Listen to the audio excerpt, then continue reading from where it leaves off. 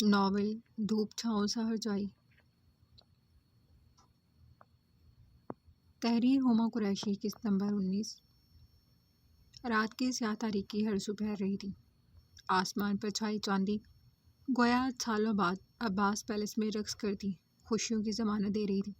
رات کی رانی کی خوشبو سے لان میں مسحور کن مہک پھیلی ہوئی تھی۔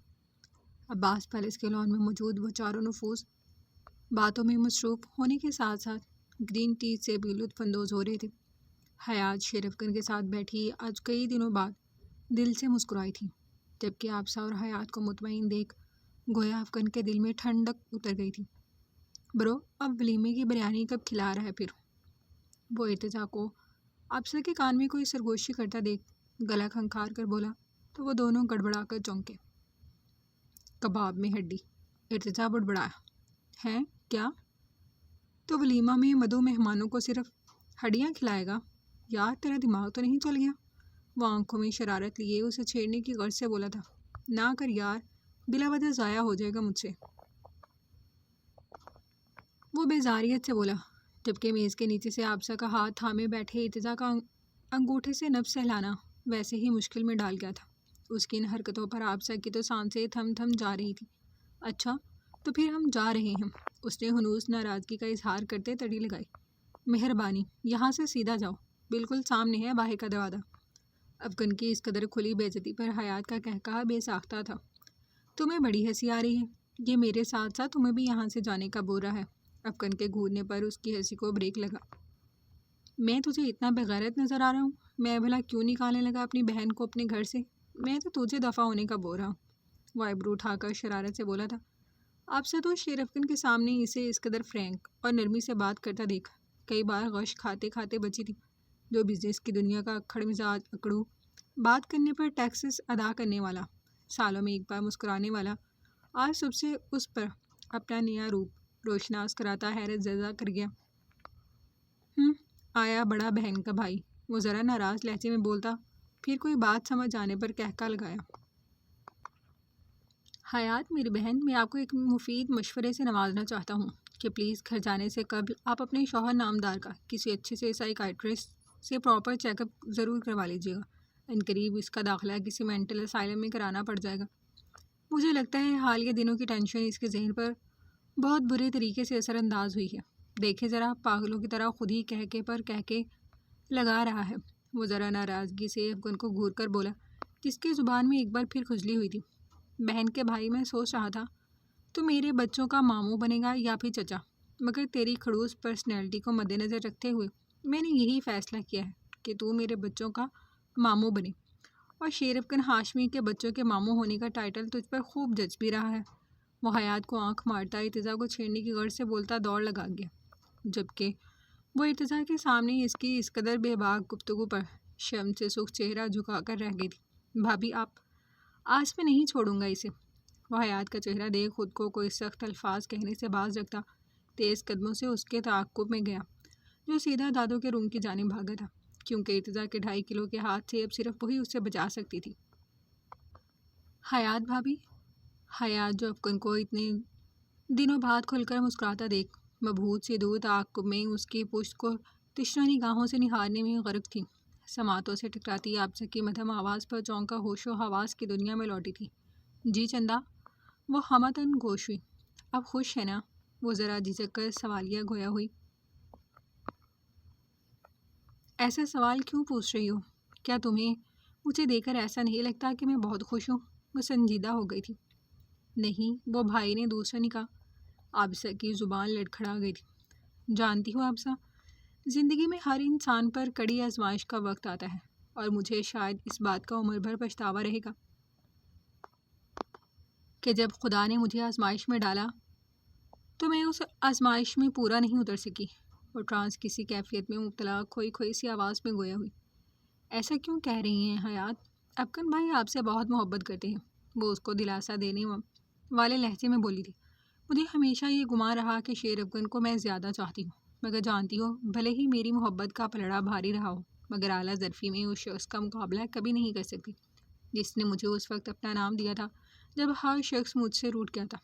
اپنا نام دیا، معاشرے میں ایک نئی پہچان دی، محبت اور سب سے اہم محفوظ چار دیواری جو ایک عورت کے لیے بہت قیمتی ہوتی ہے۔ میرے ہر ایپ پر اپنی عزت کی چادر ڈال کر مجھے دنیا کی نظروں میں معتبر کر دیا۔ میں آج بلا جھجک دنیا کے سامنے خود کو شیر افغان ہاشمی کے حوالے سے متعارف کراتے فخر محسوس کرتی ہوں۔ یہ اعتماد اسی شخص کا دین ہے، لیکن پتہ ہے کیا میں نے کیا کیا؟ بھری محفل میں وہ اعلیٰ ظرفی نہ دکھا سکی جو کبھی افغان نے میرے معاملے میں دکھائی تھی۔ میں اس احسان کا قرض نہیں چکا سکی۔ میں نے ہمارے درمیان کی باتوں کا پردہ زمانے بھر کے سامنے اپنے گھر کی، اپنے شوہر کے گھر کی دہلیز کو پھلانگ کر چاک کر دیا۔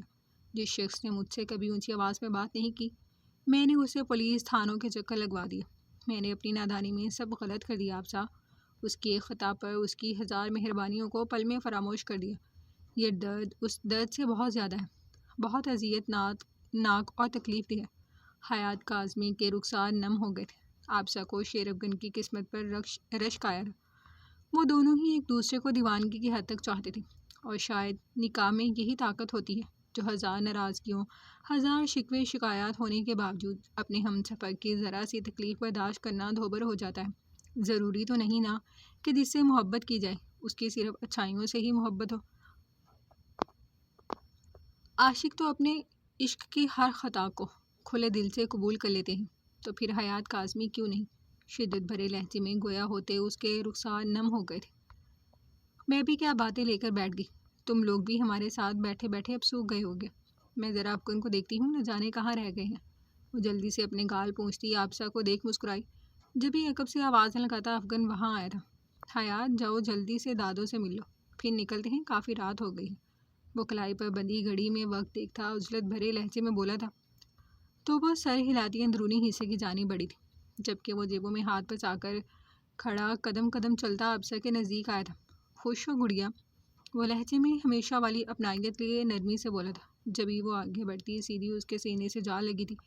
میں نے بہت یاد کیا تھا اس دن آپ کو۔ وہ ایک دم ہی ہچکیوں سے رونے لگی تھی۔ افغان نے ہولے سے اس کا سر تھپ تھپایا تھا۔ فکر نہیں کرو، ذلیل انسان کو میں جہنم رسید کر چکا ہوں، اور اب تم میری نہیں بلکہ ارتضیٰ کی ذمہ داری ہو۔ وہ محبت سے بولا تھا۔ کیا ہو جائے گا اگر آپ دنیا کے سامنے میرے اور اپنے رشتے کو ایک نام دے دیں گے؟ وہ لہجے میں شکوہ سموئے نظریں اٹھاتی خفگی سے اسے گھورنے لگی تھی۔ ارتضیٰ عباس کی بیوی ہو اب تم، میرے سب سے جگری یار کی بیوی ہونے کی حیثیت سے میرے لیے بہت زیادہ خاص ہو، اور کیا چاہیے تمہیں؟ شیر افغان جس حقیقت سے ہمیشہ نظر بچاتا آیا تھا، وہ یوں دنیا کے سامنے اقرار مانگ رہی تھی۔ نہیں، میں آپ کے اور میرے رشتے کی بات کر رہی ہوں۔ وہ ذرا فاصلے پر ہوتی ناراض لہجے میں گویا ہوئی تھی۔ چندا، تم میری سب سے پیاری گڑیا، میری کرائم پارٹنر، بہت اچھی بیٹی، بہن ہونا، اور تمہارا بھائی اس سے زیادہ تمہارے لیے کچھ نہیں کر سکتا۔ وہ محبت سے اس کے گال خشک کرتا محبت سے بولا تھا، جیسے کبھی بچپن میں روٹھی ہوئی آبسا کے کیا کرتا تھا۔ فردوس منزل میں 8 سال اس حقیقت کے ساتھ گزارنا کہ اس دنیا میں میرا بھی کوئی قریبی رشتہ ہے، یہ آسان نہیں تھا میرے لیے، مگر پھر بھی میں ہمیشہ خاموش رہی، سب کی زیادتیاں برداشت کی۔ کیا آپ کو کبھی مجھ پر ترس نہیں آیا؟ وہ استہزائیہ انداز میں مسکرائی تھی۔ میرا بچہ، اس دنیا میں سب سے زیادہ محفوظ شہر تمہاری نانی کا گھر تھا، میرا تمہارا کوئی رشتہ نہیں۔ وہ ایک دم تلخ ہوا تھا۔ آبسا کے دل پر چھریاں چل گئی تھی۔ جانتے بھی ہیں اس رات اس محفوظ چھت میں میرے ساتھ کیا ہونے والا تھا؟ وہ دردناک لمحات یاد کر چٹک کر بولی تھی۔ میں اس آبسا کو جانتا ہوں تو ہمیشہ ہر مشکل کا ڈٹ کر سامنا کرنے کا حوصلہ رکھتی ہے۔ خود ترسی کا شکار تو تم کبھی نہیں رہی۔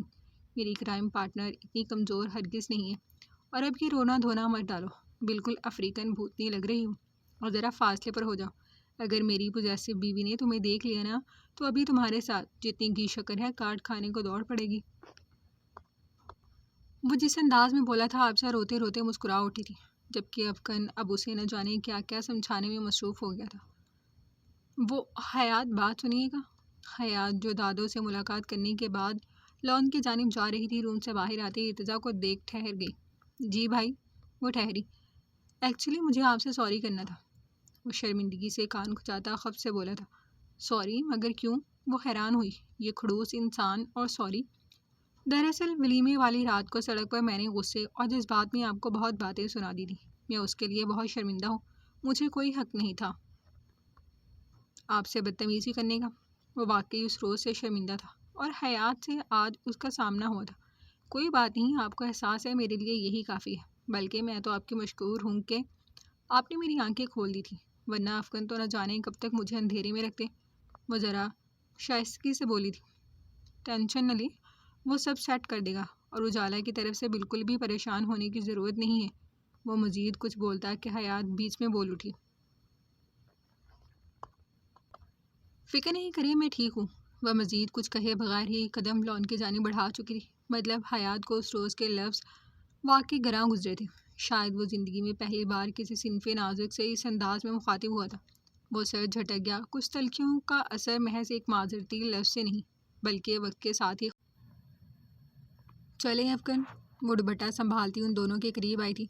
ہاں جی بیگم، بالکل چلیں، کیونکہ آج ہم کافی لیٹ ہو گئے ہیں۔ نیو خبر بھی کہہ رہا ہوگا کہ انگلی پکڑائی تھی، یہ تو گلے ہی پڑ گیا۔ افغان قریب آتے ارتضیٰ کو دیکھ شرارتی لہجے میں بولا تو وہ تعصب سے نفی میں سر ہلا گیا، جس کی شاید ہی کوئی کل سیدھی تھی۔ بالکل، ڈنر پر مدعو کیا تھا، اور اب تک آپ کی یہاں موجودگی دیکھ لگ رہا ہے ناشتہ بھی یہیں کرنے کا پروگرام ترتیب دیے بیٹھے ہیں۔ وہ کہاں باز آنے والا تھا؟ اف اللہ، آپ دونوں تو لڑے ہی جا رہے ہیں۔ افغان اب چلیں، دیکھیں آبسا بھی تھک گئی ہیں۔ بالآخر اسے ہی بیچ میں کودنا پڑا تھا۔ چل پھر ہم لوگ نکلتے ہیں، وہ آبسا کے چہرے پر پھیلی مسکراہٹ دیکھ بولا۔ آبسا، اب تم ہمارے گھر آنا، وہ اس سے گلے ملتی محبت سے بولی تھی، جبکہ اس نے محض مسکرانے پر اکتفا کیا تھا۔ اور یوں ہی ایک شام اپنے اختتام کو پہنچی تھی۔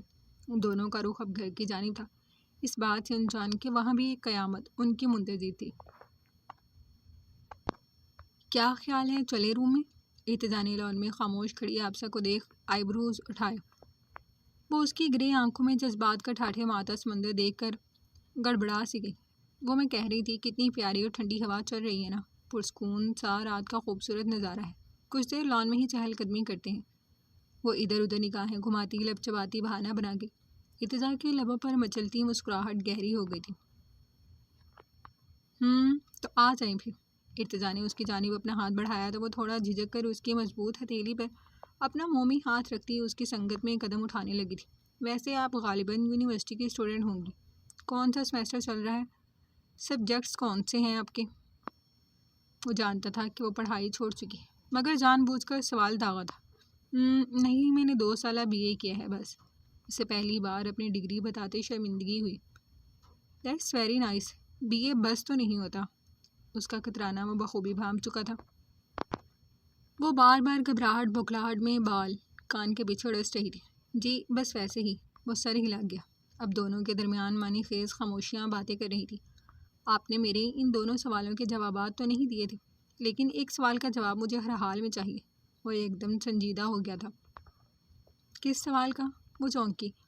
آپ آدھی رات کو گھر سے اکیلے باہر کیوں نکلی تھی، یہ جانتے ہوئے بھی کہ آپ پہلے ہی ایک حادثے کا شکار ہو چکی ہیں؟ وہ اس کا رخ اپنی جانب کرتا اس کی آنکھوں میں اپنی گہری مقناطیسی آنکھیں گاڑتا باز پرس پر اتر آیا تھا۔ وہ زبردستی میرا نکاح کروانا چاہتے تھے اپنے شادی شدہ پوتے کے ساتھ، لیکن میں ایسا نہیں چاہتی تھی۔ اس نے کسی قسم کے جھوٹ کا سہارا لینا مناسب نہیں سمجھا تھا، جبکہ ارتضیٰ کی آنکھوں میں ناگواری چھا گئی تھی۔ تو آپ نے گھر سے بھاگنا بہتر سمجھا؟ اس بار وہ ناراض لہجے میں افسوس سے بولا۔ جب آگے کنواں اور پیچھے کھائی ہو تو فیصلہ ہمیشہ وہ کرنا چاہیے جو انسان کو مطمئن کر دے کہ ہاں، میں نے خود کو محفوظ رکھنے کی ایک ممکن کوشش ضرور کی تھی۔ وہ کرب آمیز لہجے میں بولتی استہزائیہ مسکرائی تھی۔ ارتضیٰ نے ہوا کے دوش پر اس کے چہرے پر لہراتی آوارہ زلف کو کان کے پیچھے اڑسا تھا، جو ان دونوں کے درمیان پردہ سا حائل کرتی ارتضیٰ کو اچھا خاصا اریٹیٹ کر رہی تھی، یہ جانتے ہوئے بھی کہ باہر کیسے کیسے درندے گھوم رہے ہیں۔ ایک لڑکی کے لیے اس کی عزت سے زیادہ کچھ اہم نہیں ہوتا۔ وہ بڑی فرصت سے اس کے تیکھے نکوش میں کھویا گمبھیر لہجے میں بولا تھا، اور جب ایک لڑکی کے لیے گھر کی 4 دیواری ہی غیر محفوظ ہو جائے تو پھر؟ اس بار اس نے براہ راست اس کی آنکھوں میں جھانکتے سوال کیا تھا۔ وہ جو دھیرے سے اس کے گہرے گلابی سرخی مائل لب اپنے انگوٹھے سے سہلا رہا تھا، یکدم چونکا۔ مطلب؟ اس نے بے ساختہ ہی اسے سختی سے تھاما تھا۔ اب آپ اتنے بھی نادان نہیں کہ میرے لفظوں میں چھپا مفہوم نہ سمجھ سکیں۔ اس گھر میں میں نے اپنا بچپن اور جوانی گزاری، نانو بہت بری سہی، مگر میں نے ہمیشہ اس 4 دیواری میں خود کو محفوظ سمجھا۔ مگر چند روز قبل میرے ہی گھر میں میرے کمرے میں کوئی اجنبی آ کر مجھے چھونے کی کوشش کرتا ہے، اور میری چیخ و پکار پر فردوس منزل کے مکینوں نے الٹا مجھے ہی قصوروار ٹھہرا دیا۔ اس سنہری آنکھوں میں آنسو بھر لائی تھی۔ ارتضیٰ نے آنکھیں میچ کر کھولی تھی۔ نام کیا ہے اس کا؟ ارتضیٰ کا سخت لہجہ محسوس کر وہ ہوش میں آئی۔ آپ جو ہو کیا اسے جانے دے ارتضیٰ۔ وہ جانتی تھی کہ ارتضیٰ اس بات کا ذکر افکن سے ضرور کرتا، اور پھر اس کے بعد جو کچھ ہوتا وہ اس کے بارے میں سوچ بھی نہیں سکتی تھی۔ عابسہ ارتضیٰ عباس، میں نے آپ سے رائے نہیں مانگی بلکہ اس بدبخت کا نام پوچھا ہے۔ اس کو کمر سے پکڑ کر نزدیک کرتا وہ پل میں ہراساں کر گیا۔ اس کا نام کیا ہے؟ کیا یہ وہی شخص ہے جو اس روز تمہاری نانی کے ساتھ آیا تھا؟ وہ جو ارتضیٰ کے بے باک لمس پر پہلے ہی سنتی کھڑی تھی، اس بار اپنے ہوش گنوانے کے در پر آ گئی تھی۔ جی وہی ہے۔ جب گرفت میں شدت اور سختی در آئی تو لڑکھڑاتے لہجے میں بولی تھی، خیر رات بہت ہو گئی، چلو روم میں چلتے ہیں۔ ویسے آج تو میرے لیے اتنے دل سے تیار ہوئی تھی اور میں نے ایک بار بھی تمہاری تعریف نہیں کی۔ وہ دھیرے سے جھک کر اس کے سرخ رخسار پر اپنے دہکتے لب رکھتا عابسہ کو ششدر کر گیا۔ وہ شخص لمحوں میں بدل رہا تھا۔ میرا دل آج تک کسی لڑکی کی جانب مائل نہ ہو سکا، جبکہ میرے ارد گرد ہمیشہ سے لڑکیوں کا ایک ہجوم رہا۔ یہ پتھر دل کبھی کسی صنف نازک کے لیے موم نہ ہو سکا، مگر نہ جانے کیوں ایک ہی رات میں ایسا لگ رہا ہے کہ تم وہ واحد لڑکی ہو جو اس دل کو اپنا اسیر کر لو گی، یا پھر کر چکی ہو۔ وہ جنون کے اس لہجے میں بولتا، پر شدت انداز میں اس کے چہرے کے ایک ایک نقش کو اپنے پرکیف لمس سے مہکاتا، دیوانگی کے عالم میں میٹھی سی سرگوشیاں کرتا اس کے رگوں پہ میں اپنی محبت کا سرور پھونکتا چلا جا رہا تھا۔ عابسہ اس کے لہجے کی شدت، بے باک لمس پر پورے وجود سے کپکپا اٹھی تھی۔ عابسہ، اس رشتے کی شروعات میں سچ کے ساتھ کرنا چاہتا ہوں۔ مجھے سب کچھ برداشت ہے مگر جھوٹ اور دھوکہ نہیں۔ کوشش کرنا کہ تمہارے اور میرے درمیان یہ دو چیزیں کبھی نہ آئیں۔ اس کے یخ بستہ وجود کو خود میں سموتا وہ کان میں دھیمی مگر سخت سی سرگوشی کرنا نہیں بھولا تھا۔ ارتضیٰ پلیز۔ عابسہ کی آنسوں میں گھلی آواز محسوس کر اسے فوراً اپنی شدت کا احساس ہوا تھا۔ سوری، چلے روم میں چلتے ہیں۔ وہ اپنے کان کے لو سے ہلاتا عابسہ کو خائف سا نظریں چراتا دیکھ بولا، جی۔ وہ اب تک اس کی قربت کے حصار میں جھکڑی نہ سمجھی کے عالم میں گویا ہوئی تھی۔ وہ معنی خیز انداز میں مسکرایا اور پھر ایک جھٹکے سے اسے اپنے حصار میں اٹھاتا سیڑھیاں چڑھنے لگا، جو اس اچانک افتاد پر سنبھلتی خود کو ارتضیٰ کی باہوں میں محسوس کر بری طرح گڑبڑائی تھی۔ میں خود چل سکتی ہوں۔ اس کی آنکھوں میں مخفی شرارت دیکھ اس کا دل بہت تیزی سے دھڑک رہا تھا۔ جو نظر انداز کرتا پیر سے کمرے کا دروازہ کھولتا روم میں داخل ہوتا اسے بیڈ پر بٹھا چکا تھا۔ ڈریسنگ روم میں جاؤ، وارڈروب چیک کرو، وہاں تمہارا سارا سامان سیٹ ہے۔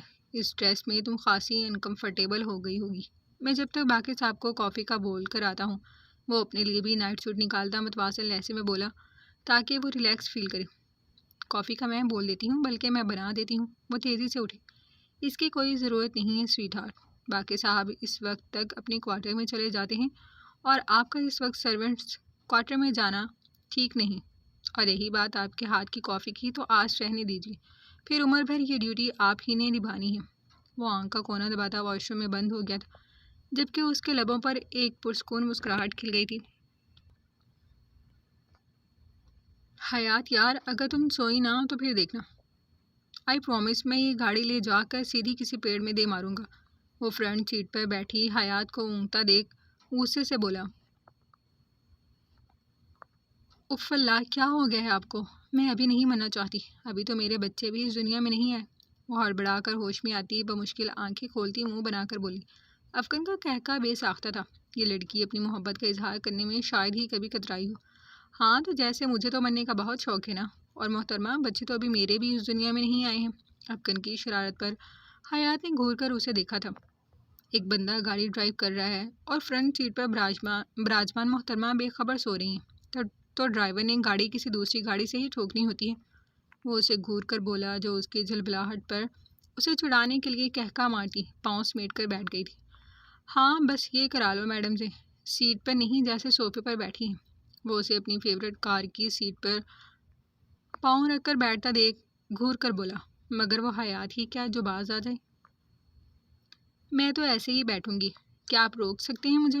وہ آئی بروز اٹھاتی چیلنجنگ لہجے میں بولی تو شیر افغان کو یکدم شرارت سوجی تھی، اور حیات جو یوں ہی بیٹھی ہوئی تھی گاڑی کے ڈسبیلنس ہونے اور جھٹکے پر سیدھی افغان پر جا گری تھی۔ افغان، خدا کا خوف کریں کچھ، ہم مین روڈ پر ہیں۔ وہ خود کو محفوظ دیکھ جلدی سے پاؤں نیچے کر کے بیٹھی تھی۔ ہاں ایسے بیٹھتے ہیں کار میں تمیز کے ساتھ، اب آئندہ یہ حرکت کی نا تو یہ تو صرف ٹریلر تھا، سیٹ بیلٹ لگاؤ فوراً۔ حیات اس کی چالاکی پر دل مسوس کر رہ گئی، مگر ضد میں سیٹ بیلٹ لگانے کے بجائے اس کے بازو پر سر ٹکا کر بیٹھ گئی، جس کی نظریں سڑک پر مرکوز تھی۔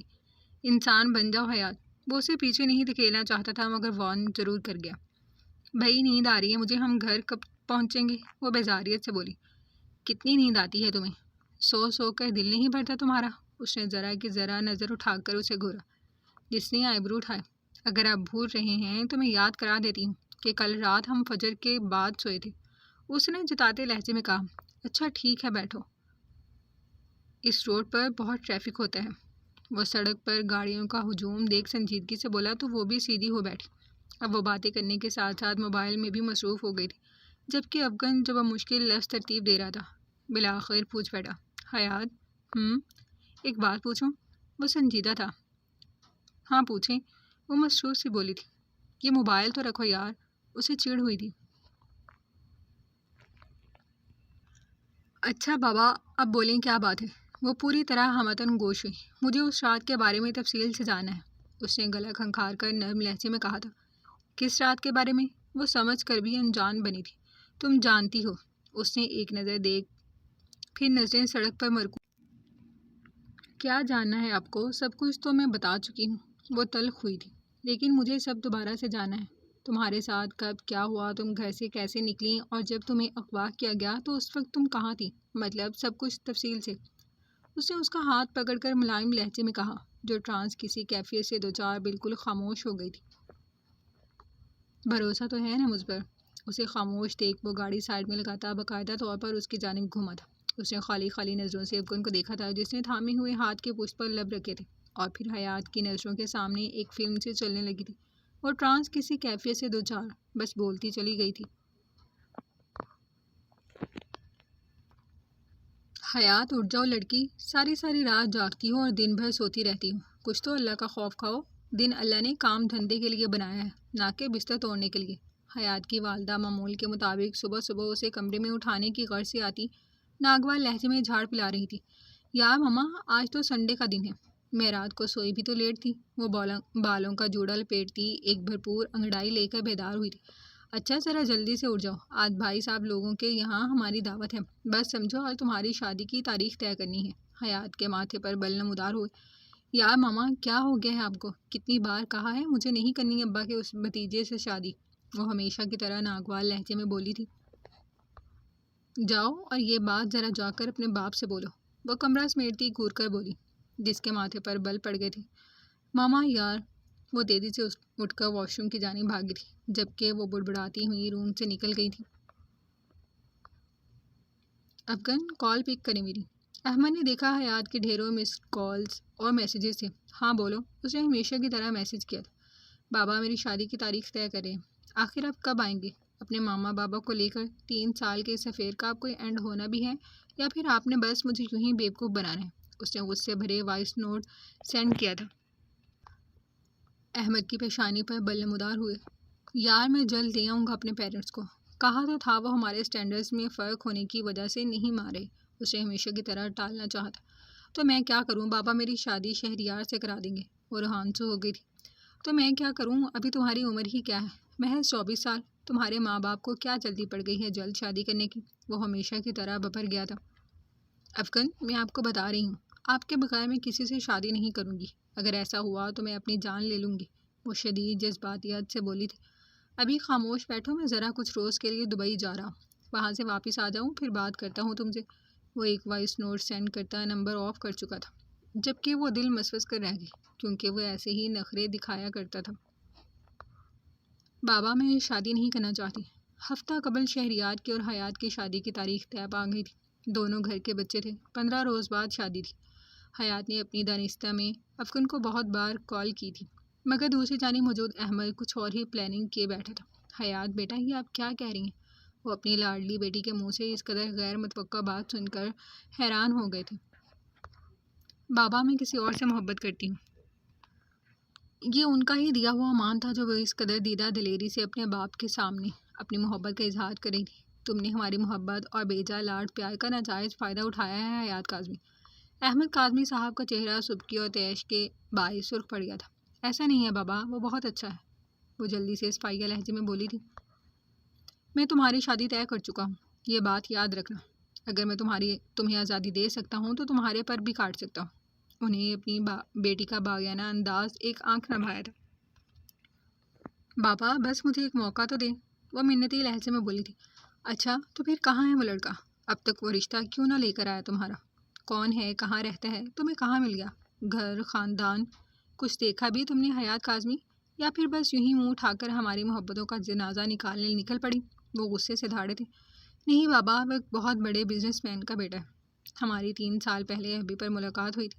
اس نے مجھ سے کہا ہے وہ ضرور مجھ سے شادی کرے گا، بس وہ ابھی اس کے ماں باپ اس رشتے کے لیے نہیں مانے، مگر وہ ان کی اکلوتی اولاد ہے، وہ جلد مان جائیں گے۔ حیات نے انکار کرنا چاہا تھا، ان کا ہاتھ زندگی میں پہلی بار اٹھا تھا اور حیات کا گال سن کر گیا۔ بدبخت، بے شرم، تمہیں ذرا حیا نہ آئی میری عزت کا جنازہ نکالتے؟ تمہیں ایک بار بھی خیال نہ آیا کہ یہ سب جاننے کے بعد تمہارے باپ پر کیا گزرے گی؟ اور اپنی بغیرتی دیکھو، باپ کے سامنے کیسے اپنی حماقتوں کا اعلان کر رہی ہو۔ ان کا وجود غصے کی شدت سے کپ کپا اٹھا تھا، جبکہ اس کے چلتے لبوں کو بریک لگی تھی۔ ارے بیوقوف لڑکی، جو عزت دار لوگ ہوتے ہیں نا، وہ بنت ہوا کی عزت کو پامال نہیں کرتے۔ اگر وہ واقعی اتنا کھرا اور سچا ہوتا تو اب تک یہاں میرے سامنے کھڑا ہوتا، سمجھی؟ وہ سمجھدار انسان تھے، ہر بات کو غیرت کا مسئلہ بنانا ضروری نہیں ہوتا، یہ بات وہ بخوبی جانتے تھے۔ اگر وہ 3 سال میں اپنے ماں باپ کو نہ منا سکا تو میری ایک بات ذہن نشین کر لو، وہ ساری زندگی بھی کبھی اپنے ماں باپ کو نہیں منا سکے گا۔ میرے بچے، یہ لوگ بس تم جیسی معصوم بچیوں کے ساتھ وقت پاس کرنے کے سوا کچھ نہیں کرتے۔ وہ اس کا ندامت سے جھکا سر دیکھ نرمی سے بولے، آخر باپ تھے، لاڈلی بیٹی پر پہلی بار ہاتھ اٹھا کر انہیں اپنا آپ بہت برا محسوس ہو رہا تھا، جبکہ حیات کو ایک بار پھر اعتماد ملا تھا۔ بابا وہ جلد آئے گا، منا لے گا اپنے ماں باپ کو، آپ بس میری شادی کینسل کر دیں، وہ ذرا ضدی لہجے میں بولی تھی۔ حیات، شاید تمہاری جیسی ہی بیٹیاں ہوتی ہیں جن کی وجہ سے باپ بھائی انہیں ضرورت سے زیادہ آزادی دینے سے ڈرتے ہیں۔ شاید میں ہی بیوقوف تھا جو تمہیں پڑھایا لکھایا، زمانے سے قدم ملا کر چلنا سکھایا، دنیا کی اونچ نیچ سمجھائی، اسی لیے کہ کہیں تم کبھی کسی سے دھوکہ نہ کھا سکو۔ تم سے لاڈ کیا، پیار دیا، مان دیا، تمہارے لیے ہمیشہ اپنے بھائی کے سامنے ڈٹ گیا، بہت فخر سے کہتا تھا یہ میری بیٹیاں ہیں بھائی صاحب، میں نے انہیں تعلیم اور شعور دونوں دیا ہے، مگر افسوس ذرا سی بیجا آزادی کا تو انہیں بھی ناجائز فائدہ ہی اٹھایا ہے۔ ان کے لہجے میں افسوس بول رہا تھا۔ بابا، میں نے تمہارا رشتہ اپنے بھتیجے کے ساتھ طے کیا ہے حیات، اور اگر تم نے اب انکار کیا تو میں تمہیں کبھی نہیں کہوں گا، بلکہ خود زہر کھا لوں گا، کیونکہ تمہیں رلتا ہوا زمانے کی ٹھوکروں میں دیکھنے سے بہتر ہے کہ میں مر جاؤں۔ کاظمی صاحب شدید رنج کی کیفیت سے دوچار تھے۔ بابا، پسند کی شادی کی اجازت تو ہمارا مذہب بھی دیتا ہے۔ حیات کی جانب سے ایک آخری کوشش تھی۔ اچھا، مذہب صرف اپنے مطلب کے لیے یاد آیا ہے میری لاڈلی کو؟ وہ ایک سہسائیہ مسکرائے۔ حیات نے شرمندگی سے سر جھکا لیا تھا۔ خیر، تمہارے پاس صرف آج شام تک کا وقت ہے، اگر وہ تمہاری پسند کا لڑکا عزت سے اپنے ماں باپ کو لے کر آ جاتا ہے تو ٹھیک ہے، اپنے بھائی سے صرف تمہاری خاطر معذرت کر لوں گا، وہ دکھ سے بولے تھے۔ بابا، وہ شام تک نہیں آ سکتے، آپ جان بوجھ کر ایسی شرط رکھ رہے ہیں جو میں پوری نہیں کر سکتی، حیات نے خود غرض لہجے میں کہا تھا۔ مطلب تمہارے نزدیک باپ کی عزت کا جنازہ اٹھ جائے، تمہیں اس سے کوئی غرض نہیں ہے؟ وہ شدید رنج میں مبتلا تھے۔ اگر میری جگہ آپ کا کوئی بیٹا ہوتا تو کیا آپ جب بھی اسے یوں ہی ایموشنل بلیک میل کرتے؟ حیات نے ذرا ناگوار لہجے میں بولا تھا۔ اگر تمہاری جگہ اب تک میرا کوئی بیٹا ہوتا تو اس خود غرضی پر اس کا منہ توڑ چکا ہوتا، مگر مسئلہ تو یہی ہے کہ تم اس باپ کی وہ بیٹی ہو جس بیٹی کو عزت و محبت دینا نبی کی سنت ہے، تم پر ہاتھ اٹھانا تو بہت دور کی بات ہو گئی۔ حیات نے ایک جھٹکے سے سر اٹھا کر اپنے باپ کو دیکھا تھا، جن کا لہجہ ہر احساس سے عاری تھا۔ بابا، آپ کا جھکا سر میں بھی نہیں دے سکتی، مگر میں کچھ غلط تو نہیں بول رہی، صرف اپنا حق مانگ رہی ہوں، وہ حق جس کا حکم مجھے میرے رب نے دیا ہے، وہ ایک بار پھر منتی لہجے میں بولی۔ بیٹا جی، میرے اللہ نے مرد اور عورت دونوں کو پسند کی شادی کا حق دیا ہے، لیکن پسند کی شادی کی اجازت دینے کا مطلب یہ نہیں ہے کہ تم لوگ سالوں ماں باپ کی آنکھوں میں دھول جھونکتے رہو اور ایک ناجائز رشتے کے تحت سالوں تنہائی میں گفتگو کرتے رہو اور عین موقع پر ابا نہیں ماں رہے، اماں نہیں ماں نہیں کا فضول جواز پیش کر کے مکر جا۔ اگر واقعی سنت پر عمل کرنا ہے تو پسند آ گیا یا آ گئی اسے جلد از جلد اپنے نکاح میں لو۔ انہوں نے دونوں طرف کی بات کی تھی۔ میں تو ابھی اور اسی وقت تمہیں اس کے نکاح میں دینے کے لیے تیار ہوں، مگر شرط یہی ہے کہ وہ اپنے ماں باپ کو لے آئے۔ ان 15 دنوں میں کسی ایک دن بھی وہ اپنے ماں باپ کو منا کر لے آیا نا تو میرا وعدہ ہے کہ میں اسی وقت تمہارا ہاتھ اس کے ہاتھ میں دے دوں گا۔ وہ ایک بار پھر اسے رعایت دے گئے جبکہ وہ لب چبا گئی۔ مگر ایک بات یاد رکھنا حیات کاظمی، جو شخص گزشتہ 3 سالوں سے اپنے ماں باپ کو نہیں منا سکا، اسے اگر 50 سال مزید بھی دے دیے جائیں تو وہ جب بھی کبھی نہ منا سکے گا۔ اگر وہ واقعی کھڑا ہوتا تو اب تک تمہیں بیاہ کر لے جا چکا ہوتا، سمجھی؟ وہ اس بار سخت لہجے میں بولے تھے۔ 15 دن بہت کم ہے بابا، کمزور سی آواز۔ اگر اب تم نے کوئی انتہائی قدم اٹھانے کا سوچا بھی تو حیات کاظمی، پھر تم اپنے باپ کا مرا ہوا منہ دیکھو گی۔ حیات آنسوں سے تر چہرہ لیے جھکے سر کے ساتھ ان کے کمرے سے نکل آئی تھی۔ بیچ میں ہی اس کا ٹکراؤ شہریار سے ہو گیا تھا، جو شاید روم میں ہوتی گفتگو سن چکا تھا۔ وہ نظر انداز کرتی اپنے کمرے میں بند ہو گئے۔ کاظمی صاحب نے دل میں اٹھتے درد کو نظر انداز کر آنکھیں موند لی تھی، اور پھر حیات کاظمی نے احمد کو بہت کالز کی مگر رابطہ ممکن نہ ہو سکا۔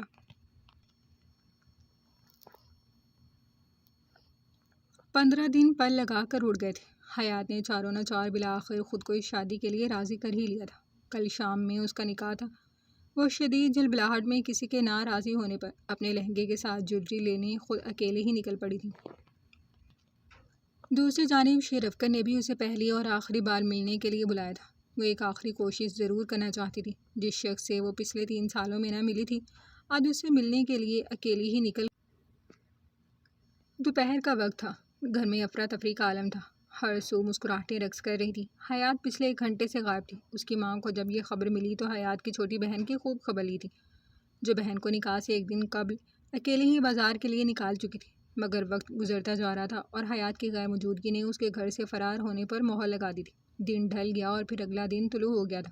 رات کا پہر تھا۔ نکاح کی تقریب میں مدعو چند ایک قریبی احباب تو حیات کی حرکت پر تھو تھو کر کے جا چکے تھے، جبکہ کاظمی صاحب شرمندگی سے سر جھکائے بیٹھے تھے۔ گھر میں اس کی ماں اور بہن کی بین کرنے کی آواز واضح تھی۔ گھر میں تایا ابا کی آواز واضح گونج رہی تھی، جو کاظمی صاحب کو بیٹی کو اس قدر چھوٹ دینے پر لعن طعن کر رہے تھے۔ مگر وقت کے چکر کو کون پلٹ سکتا تھا؟ کل کی ساری رات، آج کا سارا دن اور ساری رات بیت چکی تھی۔ صبح کی پو بھی پھوٹ چکی تھی، مگر حیات کو کچھ نہ پتہ چل سکا۔ البتہ تلاشی کے دوران حیات کے بیڈ پر تکیے کے نیچے ایک شیر افکن کی تصویر ضرور رکھی تھی، جس نے شک پر مہر لگا دی تھی، اور کاظمی صاحب نے پھر ایسی چپ سادھ لی تھی کہ پھر موت بھی اس قفل کو نہ توڑ سکی۔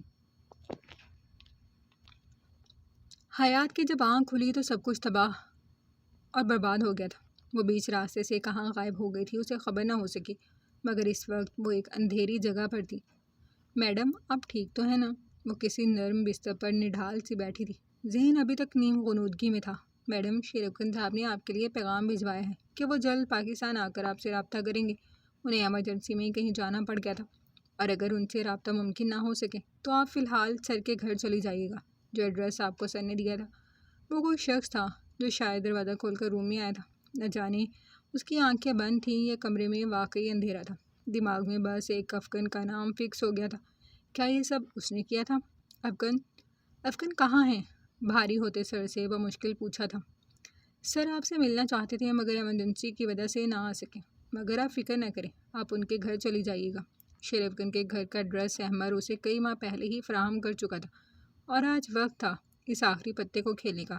وہ سائیں سائیں کرتے ذہن سے دوبارہ نیم غنودگی میں چلی گئی تھی، اور جب دوبارہ آنکھ کھلی تو اس نے خود کو اپنے گھر کے دروازے کے سامنے لیٹا پایا۔ ارد گرد محلے کے اور گھر کے کئی لوگ جمع تھے۔ وہ نہیں جانتی تھی کہ اس کے ساتھ کیا ہونے والا تھا۔ اس کی تائی نے ایک جھٹکے سے ہاتھ تھاما تھا اور آنگن میں لا کر ایک جھٹکے سے پیچھے دھکیلا تھا۔ بولو، کہاں گئی تھی؟ ارے کہاں سے آ رہی ہو ہماری عزتوں کا جنازہ نکال کر؟ بدبخت، تجھے شرم نہ آئی باپ کو یوں سارے زمانے کے سامنے رسوا کرتے ہوئے؟ تائی نے تھپڑوں کی برسات سے حیات کا چہرہ سرخ کر کے رکھ دیا، جبکہ اس کی بے یقین نظریں اپنے باپ کی جانب اٹھی تھیں، جو بالکل خاموش بیٹھے تھے۔ بابا، نہیں تائی امی، میرا کوئی قصور نہیں ہے، میں نہیں جانتی۔ بابا، میرے بابا آپ تو میری بات کا یقین کریں۔ وہ آنسوں سے رو پڑی تھی اور بھاگ کر ان کے قدموں میں گر گئی تھی۔ جہاں سے آئی ہو بہتر ہے کہ اب تم وہیں واپس چلی جاؤ۔ ایک مزید رات کی سیاہ تاریکی ڈھل کر روشن صبح میں تبدیل ہو رہی تھی۔ اپنے باپ کی خاموشی اور ماں کے تلخ لفظوں پر پاگل ہو گئی تھی۔ اور پھر جو باپ اپنی بیٹی پر جان چھڑکتا تھا وہ اسے صبح کا روشن سویرا ہوتے ہی خاموش نظروں سے گھر سے چلے جانے کا پیغام دے چکے تھے۔ بھلا جو لڑکی ایک پورا دن اور رات باہر گزار آئے اس کا اس معاشرے میں بھلا کیا مقام ہوتا ہے؟ تایا تائی گھر سے باہر دھکا دے چکے تھے، جبکہ کاظمی صاحب خود خاموشی سے اٹھ کر اپنے کمرے میں جا کر بند ہو گئے تھے۔ جانتے تھے کہ اب محض سیاہی ہی ان کی بیٹی کا مقدر تھی۔ وہ کتنی ہی دیر تک دروازہ پیٹتی رہی اور بالآخر وہ ذہن میں بازگشت کرتے لفظوں پر پیدل ہی شیرفگن کے گھر کی جانب روانہ ہو گئی تھی، جہاں سے اس کی زندگی نے ایک الگ ہی رخ اختیار کیا تھا۔ دوسری جانب احمد کاظمی صاحب اتنی ذلت اور جگ ہنسائی کے بعد خاموشی سے دل کا درد دل میں ہی دباتے دنیا سے نظریں پھیر گئے۔ حیات کا چہرہ آنسوں سے تر تھا۔ شیرفگن کی گرفت اسٹیئرنگ وہیل پر سخت سے سخت ہو گئی تھی۔ آنکھوں میں خون دوڑ رہا تھا۔ دل چاہا کہ احمد کی ہستی مٹا دے، جس نے محض اس سے بدلہ لینے کی خاطر ایک معصوم لڑکی کی زندگی برباد کر دی تھی۔ لو پانی پیو۔ کچھ دیر بعد خود کو کمپوز کرتا وہ متوازن لہجے میں پانی کی بوتل اس کی جانب بڑھاتا نرمی سے بولا۔ شیرفگن خاموشی سے گاڑی آگے بڑھا چکا تھا۔ ابھی وہ ایک ہی گھونٹ بھر سکی تھی کہ اچانک دوسری جانب سے ان کے تعاقب میں آتی دو گاڑیوں کی طرف سے فائرنگ شروع ہو گئی تھی۔ حیات سر نیچے کرو جلدی۔ وہ گاڑی کو بمشکل سنبھالتا تیزی سے چیخ کر بولا۔ ساتھ ہی سیٹ کے نیچے رکھی پسٹل نکال کر ایک ہاتھ سے اسٹیئرنگ سنبھال کر وہ بھی 2-3 فائر کر چکا تھا۔ سامنے ہی 2 سڑکیں مخالف سمت میں جا رہی تھی۔ اسے اس وقت محض حیات کی فکر تھی، جو خوف زدہ سی سختی سے اس کی تھائے تھامے سر جھکائے بیٹھی تھی۔ حیات بس 2 منٹ، کچھ بھی ہو جائے تم سر نہ اٹھانا، وہ وارن کرتا ایک دوسرے روڈ سے کچے کی جانب گاڑی اتار چکا تھا، جبکہ وہ گاڑیاں جو اندھا دھند گولیاں برسا رہی تھیں وہ لمحوں میں غائب ہو گئی تھی، اور شاید بدقسمتی سے ان کی گاڑی کا ٹائر بھی پنچر ہو گیا تھا۔ افغان اب کیا ہوگا؟ وہ جب بمشکل کار کو سنبھال پایا تھا، حیات کی خوفزدہ آواز پر چونکا۔ جو ٹھنڈی برف ہوتی گاڑی میں پسینے سے شرابور اس کا بازو دبو چکی تھی۔ ریلیکس حیات، کچھ نہیں ہوا، میں ہوں نا یہاں پر، پھر ڈر کس بات کا ہے؟ افغان نے محبت سے اس کے بال سہلا کر نرمی سے اس کا گال تھپ تھپایا، جو پریشان سی گپ اندھیرے میں ادھر ادھر دیکھ رہی تھی۔ دور دور تک اندھیرا چھایا ہوا تھا، نہ آدم تھا نہ آدم کی ذات۔ یہ کون لوگ تھے افغان، اور ہم پر کیوں حملہ کیا؟ شیرفگن جو موبائل پر کسی کا نمبر ڈائل کر رہا تھا مصروف سا بولا۔ یہ اسی شخص کے بندے تھے جس شخص نے 3 سال تمہیں میرے نام سے ٹریپ کیا تھا، اور ہمارے پیچھے اسی لیے آئے ہیں کیونکہ میں نے ان کے خلاف عدالت میں کیس فائل کیا ہے۔ وہ ارتضیٰ کا نمبر ڈائل کرتا خشک لہجے میں بولا، جس کے چہرے کی رنگت پل میں متغیر ہو گئی تھی۔ اف، اب یہ منحوس آدمی کال کیوں نہیں پک کر رہا؟ وہ ارتضیٰ کے نمبر پر مسلسل بیل ہونے پر تلملایا۔ افغان، ہم پیدل چلتے ہیں نا، آخر کب تک یہاں پھنسے رہیں گے؟ حیات کو رات کی سیاہ تاریکی دیکھ ویسے ہی خوف آ رہا تھا۔ کیا بچوں جیسی بات کر رہی ہو یار، میں اکیلا ہوتا تو اب تک یہاں سے جا بھی چکا ہوتا، صرف تمہاری وجہ سے یہاں بیٹھنا پڑ رہا ہے، اور تم کہہ رہی ہو کہ میں رات کے اس پہر تمہیں پیدل لے جاؤں؟ وہ ذرا ناراضگی سے بولا تو فی الحال حیات نے اس کا بگڑا موڈ دیکھ خاموش رہنے میں ہی عافیت جانی تھی۔ چند لمحے خاموشی سے سرک گئے تھے۔ اف، مجھے نہیں لگتا کہ آج کی تاریخ میں کوئی بھی ہماری کال پک کرے گا، وہ ارتضیٰ اور پھر اس کے بعد گھر کے مختلف نمبرز پر کال ملاتا تھکے ہارے لہجے میں بولا تھا۔ اس وقت اسے سب سے زیادہ ٹینشن حیات کی تھی۔ تم ایک کام کرو، جلدی سے یہ جیکٹ پہنو، اور فی الحال ہمیں مین روڈ تک پیدل ہی جانا ہوگا، جب بھی کوئی مدد مل سکتی ہے۔ وہ ساری رات تو اس کچے کے علاقے میں نہیں گزار سکتے تھے، ویسے ہی شہر میں بڑھتی لوٹ مار کے سبب کبھی بھی کچھ بھی ہو سکتا تھا۔ مگر اس کی کیا ضرورت ہے؟ شیرفگن نے ایک نظر اسے دیکھا اور پھر ایک جھٹکے سے حیات کو اپنی جانب کھینچا تھا۔ وہ جو پہلے ہی اس کے قریب ہوئی بیٹھی تھی سیدھی اس کے سینے سے جا لگی تھی۔ کیا ہو گیا ہے آپ کو؟ بھلا اس وقت کون سی مذاق سوچ رہی ہے؟ اچانک افتاد پر خود کو بمشکل سنبھالتی حیات نے گھور کر دیکھا، جس کی گرفت سخت تھی۔ چہرہ افغان کے چہرے سے خاصا نزدیک تھا، نیلی آنکھوں کی چمک واضح تھی۔ ضرورت کا تو میں تمہیں بعد میں بتاؤں گا، فی الحال اپنا یہ 16 سنگھار ذرا کم کرو، دلہن سے زیادہ تم دلہن لگ رہی تھی آج۔ اس قدر سیریس سچویشن میں بھی شیرفگن کو اسے چھیڑنے میں لطف آیا تھا۔ Very funny. وہ ایک جھٹکے سے اسے پیچھے دھکیلتی اب ایک ایک کر کے ساری جویلری اتار رہی تھی، جو اس نے ویسے ہی اسے اچھا لگنے کی خاطر پہن لی تھی، اور یہ آدمی فضول میں اس پر طنز کر رہا تھا۔ فضول انسان! واضح بڑبڑاہٹ پر شیرفگن کے کان کھڑے ہو گئے تھے۔ کیا کہہ رہی ہو؟ میں فضول انسان ہوں؟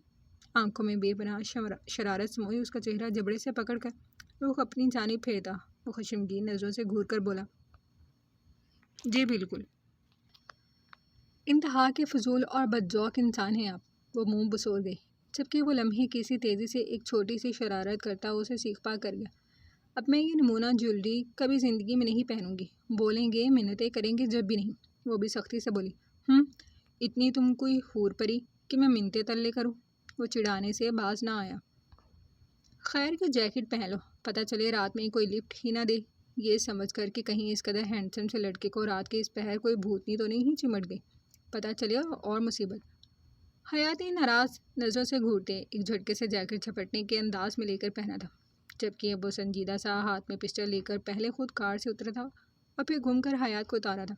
چلو اچھے سے گاڑی لاک کرنے کے بعد اس کا ہاتھ تھامتا وہ قدم آگے بڑھا گیا۔ آرام سے افغان، آپ کی اس ہوا کے گھوڑے والی سپیڈ سے میں گر جاؤں گی۔ وہ جو پینسل ہیل میں بمشکل کچے پر پیر جما کر چل رہی تھی افغان کی تیز رفتار پر چیخ اٹھی۔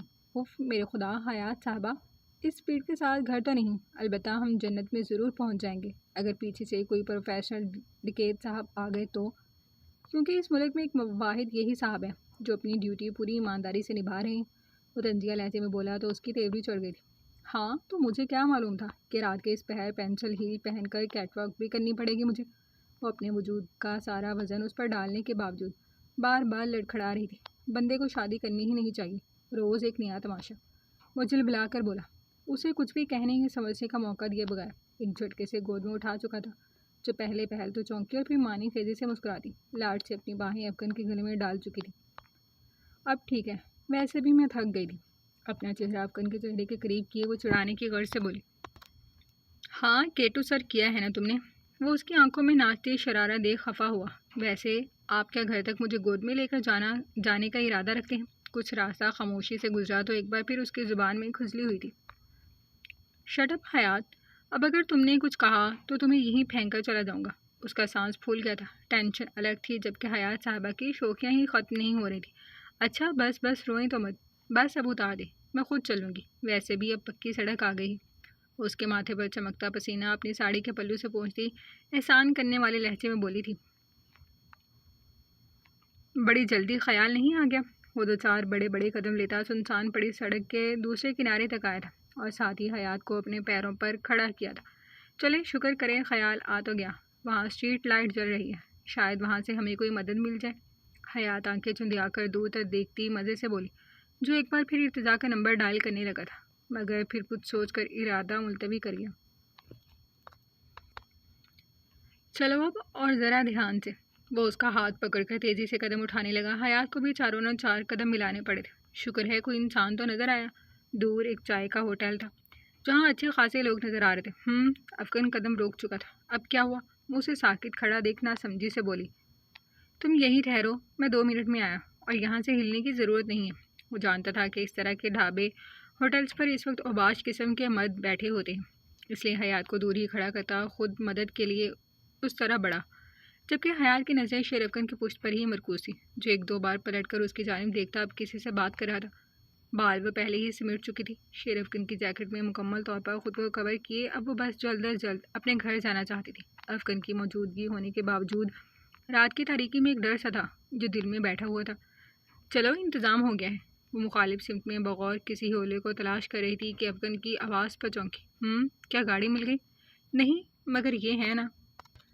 اس نے کی چین میں پڑی چابی اس کی نظروں کے عین سامنے لہرائی، ساتھ ہی پاس کھڑی بائک کی جانب اشارہ بھی کیا۔ کیا بائک؟ کیا آپ کو بائک چلانی آتی ہے؟ حیات نے ذرا تیز لہجے میں کہا تو افغان نے پیچھے مڑ کر دیکھتے اسے گھورا۔ آرام سے انسان بن جاؤ۔ وہ جلدی سے سنبھلی۔ افغان ہم اس پر کیسے جائیں گے؟ وہ پریشان ہوئی تو افغان نے گھور کر اس کی جانب دیکھا تھا۔ تم تو ایسے ریئیکٹ کر رہی ہو جیسے پہلے کبھی بیٹھی ہی نہیں ہوگی بائک پر۔ وہ استہزائی انداز میں بولتا خود بائک کے ساتھ نزدیک آیا تھا اور تیزی سے بیٹھ بھی گیا تھا۔ وہ اچھی خاصی خستہ حال بائک تھی جو افغان اچھے خاصے معاوضے کے عوض نہ صرف کچھ دیر کے لیے لے چکا تھا بلکہ صبح ایک مخصوص مقام پر واپس کرنے کا وعدہ بھی کر چکا تھا۔ آپ کو چلانی تو آتی ہے نا؟ وہ جو بائک سٹارٹ کرتا اس کے بیٹھنے کا منتظر تھا حیات کی باتوں پر زد ہوا۔ تم بیٹھ رہی ہو یا یہیں چھوڑ جاؤں تمہیں؟ وہ سیخ پا ہوا تھا۔ اچھا بھائی بیٹھ رہی ہوں۔ وہ اپنے کپڑے سمیٹتی فوٹرس پر پیر رکھتی ایک بار پھر ٹھہری تھی۔ آپ مجھے کہیں گرائیں گے تو نہیں نا؟ کان کے قریب ہوئی سے گوشے پر افغان کا جواب دینے لگا۔ اس سے پہلے میں تمہیں کہاں گرا چکا ہوں جو تمہیں اس قدر خدشے لاحق ہے؟ وہ ذرا سی گردن ترچھی کرتا گھور کر بولا، اچھا سوری، ایک بار میں اس شہریار کے بچے کے ساتھ بائک پر بیٹھ گئی تھی، اس نے مجھے گلی کے نکڑ پر ہی گرا دیا تھا، میرے ہاتھ پاؤں سب چھل گئے تھے۔ وہ روانی میں بولتی اب بائک پر بیٹھ چکی تھی، جبکہ دوسری جانب خاموشی سے چھا گئی تھی۔ شوہر نامدار صاحب، اب ذرا اس کھٹارا بائک کو آگے بڑھا بھی لے، کیا آپ کا یہیں قیام کرنے کا ارادہ ہے؟ وہ دھیرے سے اس کا گال چھوتی شرارتی انداز میں بولی، جس سے باقاعدہ انداز میں پلٹ کر گرا، تم زیادہ ہی اوپن نہیں ہو رہی ہو آج کل؟ وہ ذرا مشکوک ہوا، جو اس کی کمر کے گرد ہاتھ لپیٹی مضبوطی سے تھام کر بیٹھ چکی تھی۔ تم انسان نہیں بنو گی حیات، اس نے بائک کو ایکسیلیٹر دیتے ہی مصنوعی سخت لہجے میں کہا۔ ارے اب کیا کر دیا میں نے؟ وہ ذرا اچک کر کندھے پر تھوڑی ٹکاتی معصوم بری، جتنی مضبوطی سے تم مجھے پکڑ کر بیٹھتی ہو عنقریب میرے پیٹ کی تمام آنتیں کہیں باہر گری ہوئی ملیں گی۔ وہ منہ بنا کر گرفت نرم کر گئی۔ انتہائی ڈرپوک انسان ہے آپ، وہ چھیڑنے کی غرض سے بولی، جبکہ وہ اچانک سے بائک کو سڑک پر فل ریس دے چکا تھا، جو ایک لمحے میں ہوا کی رفتار سے باتیں کرنے لگی تھی۔ حیات نے بمشکل خود کو سنبھالا تھا۔ افغان پلیز بائک آہستہ چلائیں، کیا ہو گیا ہے آپ کو؟ پرشدت انداز میں چیخی تھی، جبکہ افغان اب کہکے پر کہکے لگا رہا تھا۔ زندگی حسین تھی، زندگی مسکرا رہی تھی، ہر سو محض خوشیاں ہی خوشیاں رقصاں تھیں۔ آپ صبح دیکھیے گا، میں بابا سے آپ کی شکایت کروں گی۔ وہ اس کا ہاتھ تھامے گھر میں داخل ہوا تو حیات نے باقاعدہ ناراضگی کا اظہار کیا تھا۔ کیوں بھائی، اب مجھ معصوم نے کیا کر دیا؟ وہ اس کے وجود پر جھولتا جیکٹ درست کرتا مسکراہٹ ضبط کیے بولا۔ کیا اس قدر سپیڈ میں بائک چلائی نہیں، بلکہ اڑائی ہے آپ نے؟ مجھے تو لگ رہا تھا کہ آج کی تاریخ میں تو میں شاید ہی زندہ سلامت گھر پہنچ سکوں۔ وہ منہ سور گئی، اسے یکدم ہی اس پر پیار آیا تھا۔ یہ تم آج کل اتنی کیوٹ سی کیوں لگ رہی ہو مجھے؟ وہ اس کے دونوں گال انگوٹھے اور انگلیوں کے درمیان چٹکی بھر کر گرفت میں لیتا کسی شرارتی بچے کے گال کھینچنے کسی انداز میں پیار کرتا لاڑ بھرے لہجے میں بولا، جو اس قدر پرشدت انداز میں کی گئی کارروائی پر سٹپٹا سی گئی تھی۔ اف اللہ، کیا ہو گیا ہے افغان آپ کو؟ آپ تو بالکل بچوں جیسی حرکتیں کر رہے ہیں۔ وہ گھر میں سب کی موجودگی کے باعث جھیم گئی تھی۔ اس وقت وہاں کوئی زیرو موجود نہیں تھی، مگر پھر بھی وہ گھور کر بولی، اچھا، اور یہ جو تم جب سے مجھے اپنی ادائیں دکھا کر بہکانا چاہ رہی ہو، اس کا کیا؟ وہ اس کی کمر میں ہاتھ ڈال کر خود سے قریب کرتا آئیبرو اچکا کر گویا ہوا، ساتھ ہی چہرے پر جھولتی لٹکوں کان کے پیچھے لگایا تھا۔ جی نہیں افغان صاحب، مجھ معصوم نے تو کچھ بھی نہیں کیا ہے، یہ سارا قصور آپ کے ٹھرکی دل کا ہے، جو ہر وقت ٹھڑک پر آمادہ رہتا ہے۔ وہ آنکھ کا کونا دبا کر مزید شرارت پر آمادہ تھی، جبھی وہ اس کی شرارت پر گھورتا ایک جھٹکے سے اسے گود میں اٹھا چکا تھا۔ اب تم مجھ سے بچ کر دکھاؤ ذرا، ٹھرکی کس کو کہتے ہیں یہ میں ابھی تمہیں بتاتا ہوں۔ اس کی آنکھوں میں ناتی شرارت ایک معنی خیزی میں بولا، جو اس تمام عرصے میں پہلی بار جھیم کر اپنا چہرہ اس کے سینے میں چھپا گئی تھی۔ افغان ایک سیکنڈ، جلدی سے نیچے اتارے مجھے۔ وہ ابھی آدھے زینے پر ہی پہنچے تھے کہ وہ تیزی سے بولی، کیوں، کیا ہوا؟ وہ نہ سمجھی سے بولا، میں اپنا موبائل آپ کی گاڑی میں ہی بھول آئی ہوں۔ وہ یاد آنے پر ماتھا پیٹ گئی۔ اوہ چلو خیر ہے، صبح گاڑی آ جائے گی تو موبائل بھی آ جائے گا، تم ایسا کرو روم میں جاؤ، میں کسی کو بھیجتا ہوں گاڑی لینے۔ وہ اسے زمین پر کھڑا کرتا خود الٹے قدموں سرونٹس کوارٹر کی جانب بڑھا تھا، جبکہ وہ جو ساڑی کا پلو سنبھالتی اپنی روم کی جانب قدم اٹھا رہی تھی کہ کسی احساس کے تحت اجالا کے روم کی جانب بڑھی تھی۔